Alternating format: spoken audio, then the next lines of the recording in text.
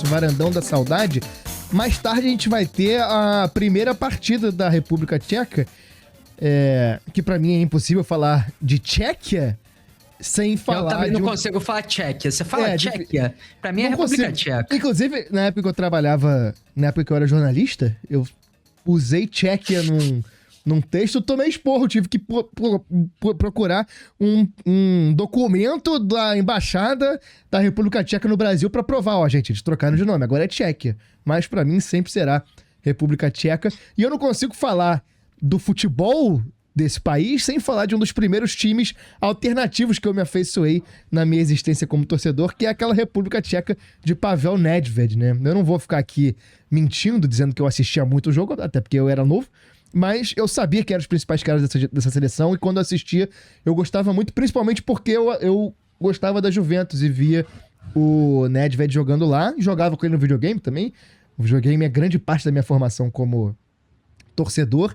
E 2 anos antes da Copa de 2006, a Tchequia chega de alguma forma incensada à Alemanha, porque tinha rolado a Euro de Portugal, né?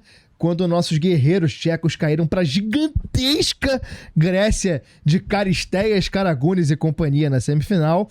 E aí ficou aquela impressão de que a derrota no gol de ouro do Traianos delas, o famoso Golden, foi um desses acasos do futebol ali, que naturalmente, 2 anos depois, a seleção ia ter uma atuação minimamente parecida com um bom desempenho no mata-mata. Só que não foi o que aconteceu, né? Excelente estreia com uma vitória por 3-0 sobre os Estados Unidos.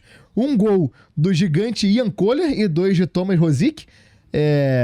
Esse jogo foi seguido de 2 derrotas para Gana e para a futura campeã Itália.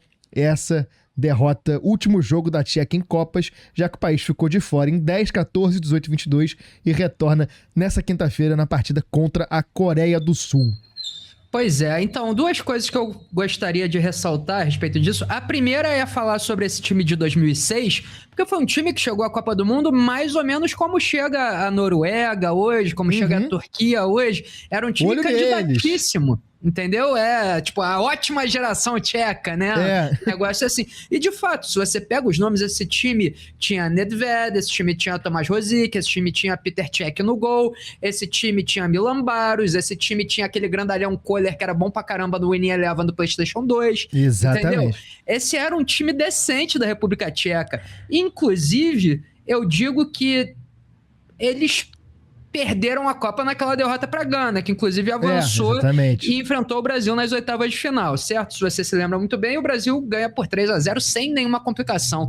Se o Brasil tivesse pego a República Tcheca, eu acho que a vida da seleção teria sido muito mais complicada do que foi naquela partida contra a Gana. Mas esse não entra em campo. E a segunda coisa que eu queria falar, Gustavo, quando a gente fala de República Tcheca, eu acho que pouca gente consegue fazer essa associação e abstrair para isso. Mas se a gente pensa em futebol, países, tá? Vou citar 2. República Tcheca e Eslováquia. A gente fala 2 merdas, né? Só que quando era junto, Tchecoslováquia, esse negócio chegou em final de Copa, né? Foi vice pro Brasil em 62 e sempre era um time que batia lá. E se você junta a República Tcheca, os jogadores de hoje, com os jogadores da Eslováquia, eu diria que talvez seja um time candidato a chegar ao 16avos de final, né?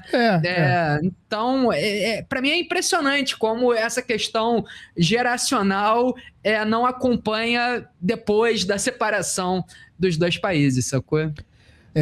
A gente que gosta desse mundo alternativo do futebol, é muito difícil não pensar na Tchecoslováquia hoje em dia e na Iugoslávia hoje em dia, né? É muito difícil a gente ficar sem pensar como seriam esses times, ficar elucubrando e imaginando. Esse foi o nosso varandão da saudade aqui. Pois é, mas parece que pra Iugoslávia, pro futebol, Iugoslávia fez bem se separar, né? Que aí a Croácia jogou em final de Copa, né? A Sérvia sempre incomoda e tal. Mas a Iugoslávia também tinha um bom time, né?